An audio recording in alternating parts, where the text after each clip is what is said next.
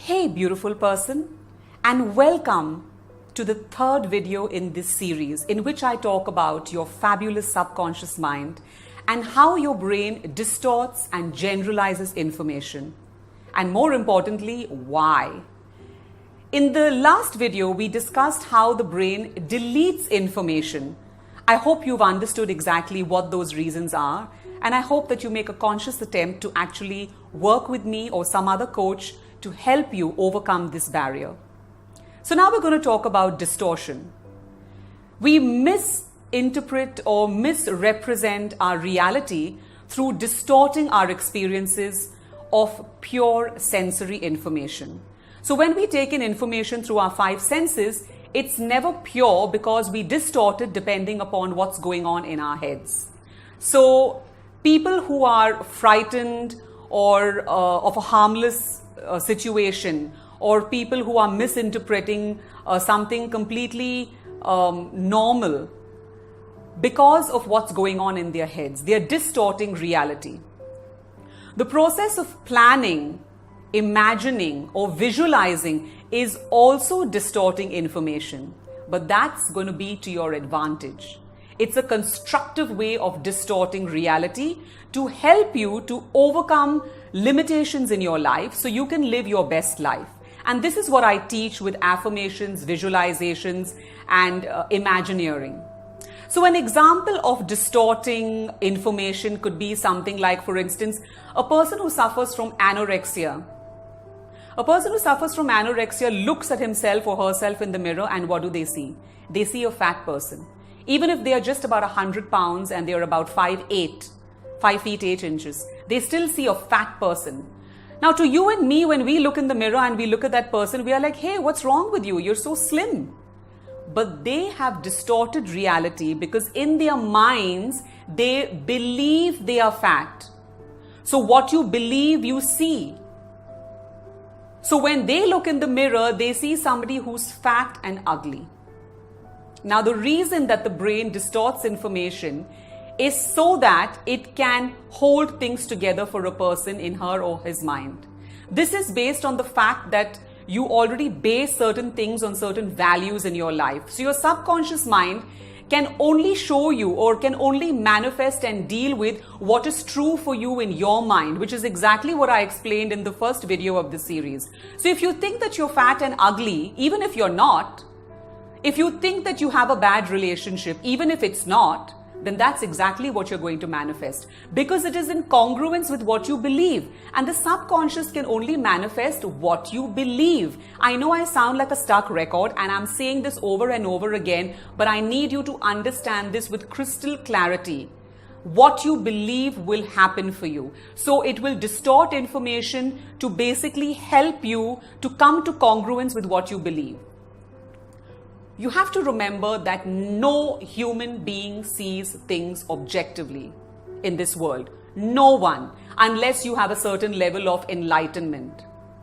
So we bring our consciousness into things, and that distorts our reality. We bring our experiences, we internalize certain beliefs, and that distorts our reality.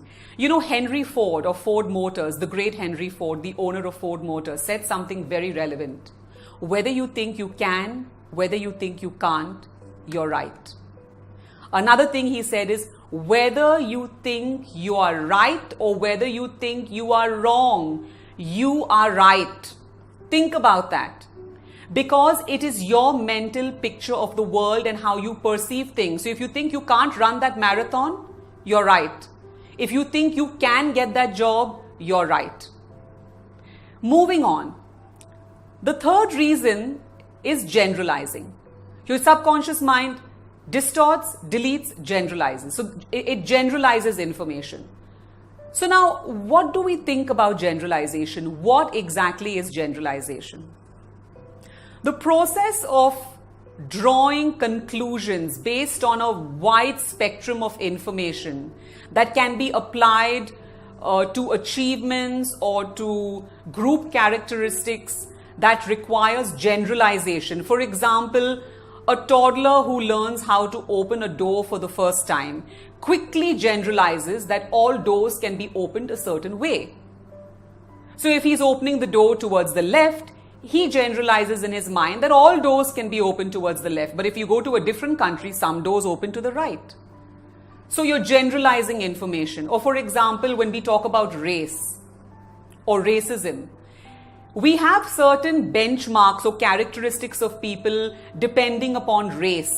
So blacks are supposed to be like this, whites are supposed to be like this, Asians are like this, Mediterranean people are like this.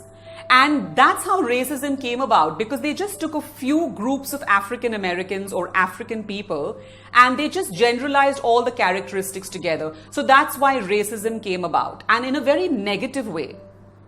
Or the other more simple example would be women can't read maps. All women can't drive. All women can't read maps. Is that true? No. I'm a pretty good driver, and I know a lot of women who are rally drivers. I know women who can read maps like better than Google. Okay, maybe I'm exaggerating, but you know what I mean. Or people say men can't multitask. No, lots of men can multitask.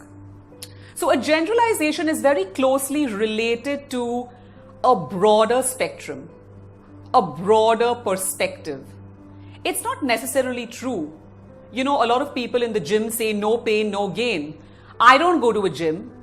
I don't torture my body through unnecessary exercise. I do yoga, Kundalini yoga, Pilates. I do a little bit of HIIT. I eat well. I exercise well. I'm fine.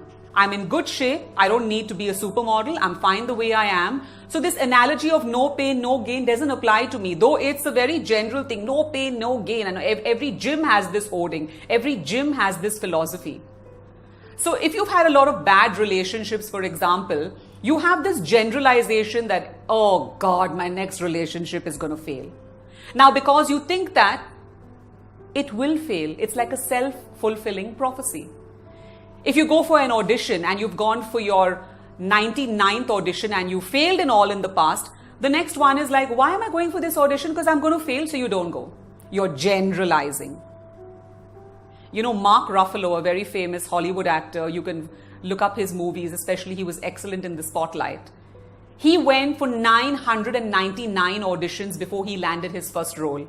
Now, if he were to generalize and say, oh, I've failed in 999 auditions. What the heck am I doing here? Why have I come for this 1000 audition? Do you think he would be a superstar today? I can imagine that in his mind, he reprogrammed his subconscious to think of the 1000th audition as a brand new experience, to think of the 750th audition as a brand new experience, not basing it on what happened in his past. So how do we do with these three well-meaning but counterproductive behaviors of our subconscious mind? Watch the next video to find out, because this is where the rubber meets the road. This is where you actually get into the meat and bones of my L3 coaching system. I'll sign off again with this advice.